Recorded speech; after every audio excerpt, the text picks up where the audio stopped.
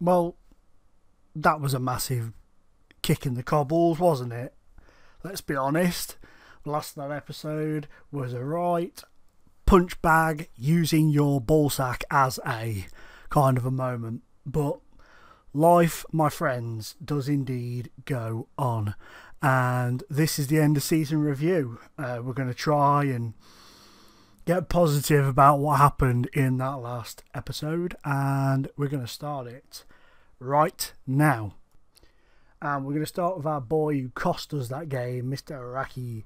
He is going to be, for me, our big focal player next season. He cocked up big time in the playoffs and lost us that game. But for me, he is going to be the guy that next season is going to fire us on, move us forwards. He's 27, so he's no spring chicken, but he is a quality player. His stats are amazing. I do kind of feel sorry for him in a way, because he came to us, didn't he? Obviously from Hyde United, who, if it'll let me, come on, who finished top of the league. So I convinced him to drop down to a team fighting to get in the playoffs, and Dunstable beat St Notes, by the way. And they got 100 points, man. We got 81, so just I just feel pretty bad in that respect. But then again, he let us down, so I don't. But look how dominant he was, man. Absolute dominance. Excuse me, that was a bit of a burp for you there. I apologise. Absolute dominance. Those 10 weren't for us. No, because he only made 7 appearances for us. But between the two of us, he got 10 Man of the Match awards, 7.41 average rating, and 13 assists. So he was the boy. He was the man in terms of the league, which is pretty sweet. Shut up. Hang on a minute now. So I'm not going to go through the entire squad because, a lot of these players aren't going to be there. A lot of these players, those sort of players that will come and go and come and go and come and go throughout the seasons in the lower leagues. So we're just going to focus on those guys who I feel are integral to us moving forwards, who are our best players, who will be around hopefully next season as long as I can keep hold of them and help us really kick on and overcome the disappointment of the playoff match. Now, Peacock, right, I really, really, really like him. He's not got the best stats, but he was with me at Aviston, did really well there, followed me to Bedworth, and he's done really well here, and I'm just a big fan of his. I really like him. His attributes are pretty poop, let's be honest. His tackling is poor, his passing is 2. His heading's reasonable at this level. His teamwork is good. His positioning is reasonable for this level, as is his decisions, but he's off the ball is terrible. His stamina's poor, his strength is poor, his tackling, like I say, 9, his marking 11, which is okay. But for this level, it's okay. It's not brilliant, but it's okay. But yeah, he's just consistent. He's one of those players where I'm like, this is what I need. And then he's like, this is what you'll get. And he goes out and he gives it to us. All of these have changed. Bear with me a second. I need to sort this out. Okay, so I can't remember how the hell they went. So that'll do for now. And I'll sort it out at some other point because I haven't got a clue how I had them. I can't remember. I'll have to go and check it out. But as I was saying, some of these stats that he's got are just terrible. Just absolute piddle poor stats, but he's really consistent for me, really good for me. Potsy, he's another one at this level. He's an absolute stonker of a player. Again, not all of his stats are brilliant, but he's got very good determination. Like, his determination is a big thing for him. He's off the ball, he's only a 9, but it's still pretty decent. It's okay for this level.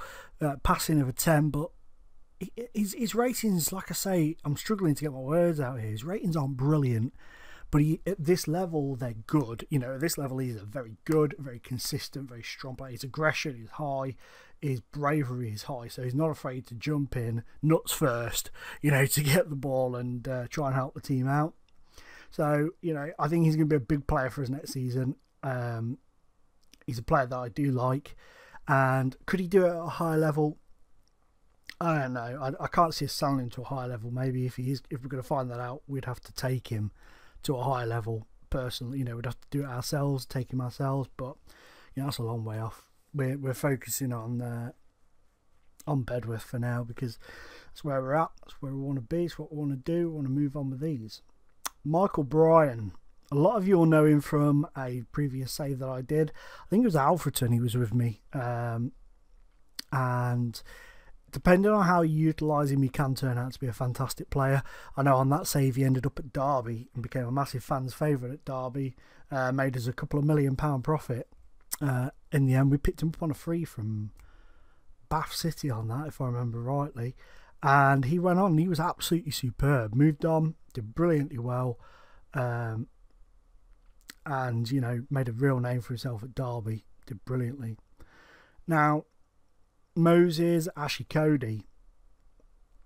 Again, ratings aren't brilliant, but he's so happy just to be here. Look, bless him. His ratings aren't brilliant, but he is a good, consistent goal scorer at this level, and that's what we need.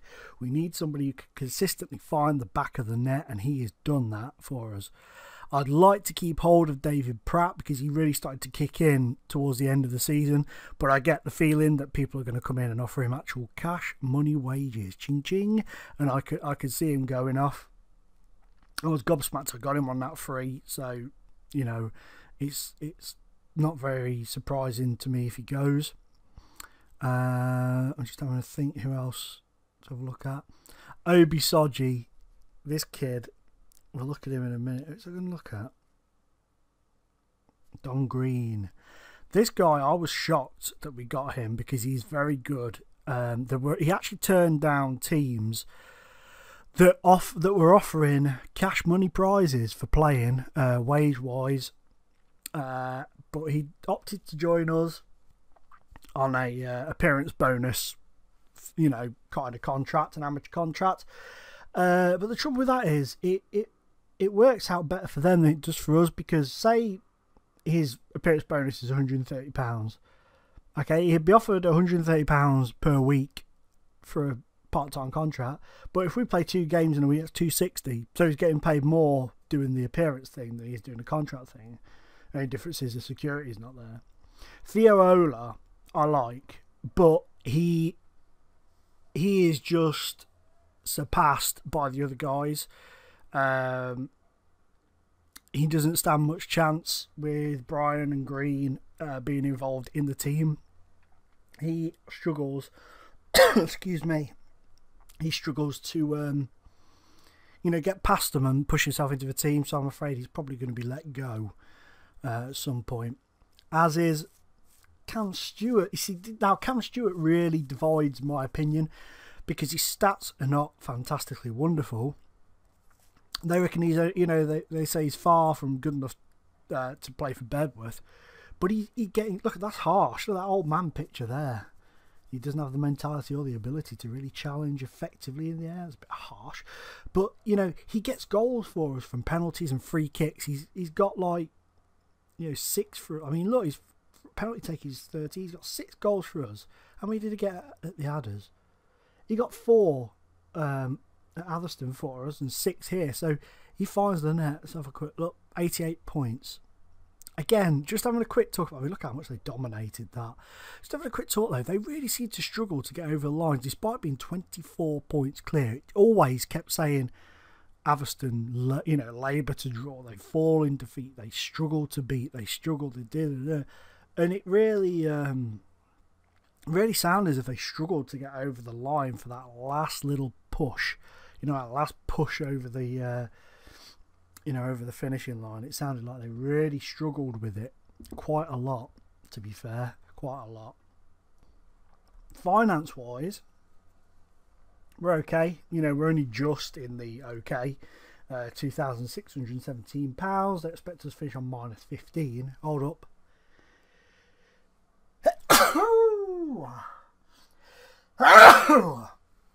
Wow, I'm sorry if I just made you deaf. Whoa, that was a big old bad boy. You may not hear it. I may remember to cut that out if I can be bothered. But anyway, finance-wise, we're doing okay. Expects us to finish on -15, which, if we can have a good run in the cup, maybe next season or something like that, we should be able to pick that back up again and move on. Let's go to the fixtures page.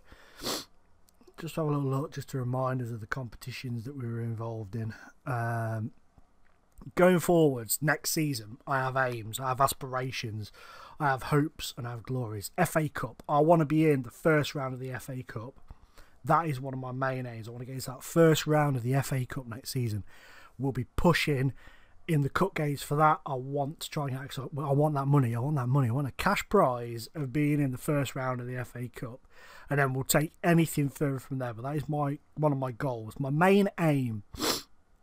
And you know me, I don't normally do it. I don't normally say that I want what I'm about to say, but I want to dominate this league. I want to win this league. I want to absolutely annihilate it because of the pain of what happened in the playoffs. I don't want to risk trying to go up through the playoffs again. I am more than confident that the squad that we've got now, and plus any additions that we bring in, will be strong enough to take us to the next level and move us on past the playoffs to championship winning contenders.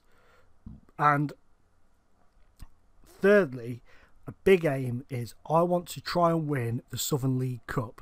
Now, I say the Southern League Cup, we might actually be moved into another division at this level, like the East Main Premier Division or something like that, because at this level, you do one season you could be Southern Premier League, next season you could be Northern Premier League, so maybe we won't be in this league next season, but time will tell. We'll see going forwards with that, where we end up. But whatever we do, I want to try and win that league's, that area's little cup, because that'd be pretty awesome. Now, let's talk about where the hell I've been, because I've been on and off the last few weeks. I've gone from weekly uploads to nothing for like a week, and then a couple of videos came out over the weekend and so forth. First things first, had some issues brought back up, sort of regurgitated from when my channel got hacked. That's all sorted now, it's all done. I did lose a couple of videos because of it, but that's fine. You know, it's nothing that can't be gone over, papered over, and it's nothing that had come out, so you know, you've not really missed anything. I just need to work into the videos, you know, a little bit more of a catch up. That's it, simple as that. I've been doing a lot of scouting this pre-season. I've never done so much scouting as I have this pre-season. And I've been doing some coaching as well, getting back involved with the coaching side of things. But also the main reason that the videos have stopped being daily is to cut the story short, because I don't want to babble on about it too much. I got a job otherwise outside of football, and I was so happy, really pleased, really enjoying it. It just seemed to fit like a glove. Everything was perfect until I found out my boss was a fraudulent son of a biatch. He had registered me for tax and national insurance, so my wage slips were fake, and I've had to sort that out. My account had to be froze. I had to go through all that stuff. Therefore, my bills fell behind, so I had to sort all that out. It's been an absolute ball ache, and as a domino effect from that, I have lost all faith in working for other people, and set up my own business, my own specialist business in my local area, work in my local area. So I've been doing a lot of that. So guys, you need to be aware, and you've always been fantastically supportive for me when I've had to take breaks, and you know what sort of schedules I have and all that sort of stuff, which is fantastic.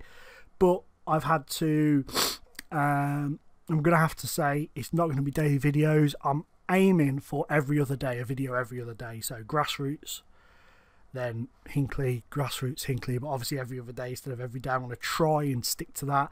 There may be times when I can't, so I'll apologise now, but you guys are always superb, and you know that it's only a hobby for me and a lot of the other guys, so thank you so much for understanding that. But guys, I'm going to call it there because I don't want to babble on for ages about this. So thank you for watching. Please hit the like button if you've enjoyed the video. Subscribe, and if you're going to comment below, don't mean keep it clean. And I'll see you all next time. Toodle pip, old chaps. Whoa, whoa, whoa, whoa, whoa. Okay, this shit just went down. Right? This shit has gone down. I was basically forced to resign. Let me tell you, Birmingham City sacked Gary Rowett. They finished a place above the relegation zone in the Championship, right? They sacked Gary Rowett, and Steve Davis from Crew took over. Now, I'm a Crew fan, so the press come to me, skiddly bopping along, with absolute poppycock of a story, going, "Oh, we hear you're linked with the managerial job at Crew," which I wasn't. I wasn't even in the... You know, when it has the little thing show you the odds of an ex-manager, I wasn't even involved in that. Nothing at all. It's just that FM thing where they try and, the press create crap. It's one of those news sort of things where they create these little things to try and unsettle people and all that rubbish. So all I said was, that's flattering. You know, it's really flattering to be linked with the job, but I'm happy where I am. You know, that sort of thing. And the Bedworth board got a pissy bonnet on and were like, "You're disrespectful, you are, aren't you?" I'm like, "What?" You know, they're like, "You're disrespectful. Apologise publicly or get out." And I'm like, I ain't apologising for saying I'm flattered being linked with a club that are in League One when I'm managing a club in the Southern Premier League. It's flattering. Not saying it's flattering, see you later, I'm off. You know, just say it's flattering, it's very nice. But no, they had a piss fit about it. I refused to apologise. I've had to resign. So in one bloody season, I've gone from managing Atherstone United, or Town. Are they Town or United? I can't remember. Town, it's right in the freaking front of me on the screen. They used to be United back in the day. To Bedworth United, to losing a heartbreaking playoff game, to saying next season we will rule the world, to I ain't got a job. So now we got to go again. So let's go and see now where the frickin' hell we end up, shall we? Oh, ha ha. Talk of the irony. Coventry City's Ricoh Arena is literally a 5-minute drive from Bedworth United's ground. So I've been sacked, well, forced to resign from Southern Premier League side Bedworth. I'm not allowed to apply for other jobs. That's because I applied for an absolute shit ton of jobs after I got made, after I lost my job, just to try and, you know, speed things along. Coventry, the first team to offer me an interview. I've gone along, had the interview, and we're going to sign up with Coventry. Now, it may seem like a huge jump to League One, but Coventry are actually no longer in League One officially when next season kicks in. They got decent money. It says they're insecure, but they're in decent finances there, if you ask me. They've actually been relegated to League Two. So we're going in, and I'm going to do something that I have never done before. I'm going to absolutely wipe the slate clean. The young players will stay, but players like Rady Johnson, Jim O'Brien, John Fleck, all the big money earners are going.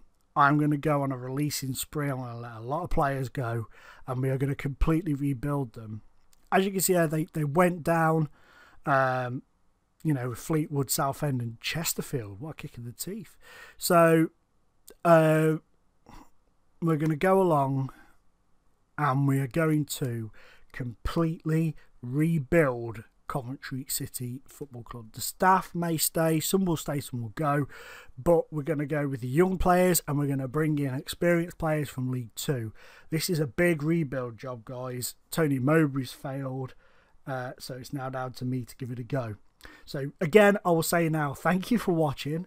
Please continue to be as supportive as you are, and I will see you all for the pre-season video next season, and we will move on together, united as Coventry frickin' City. Let's hope we can last a whole season at this club. For now, guys, thank you and goodbye.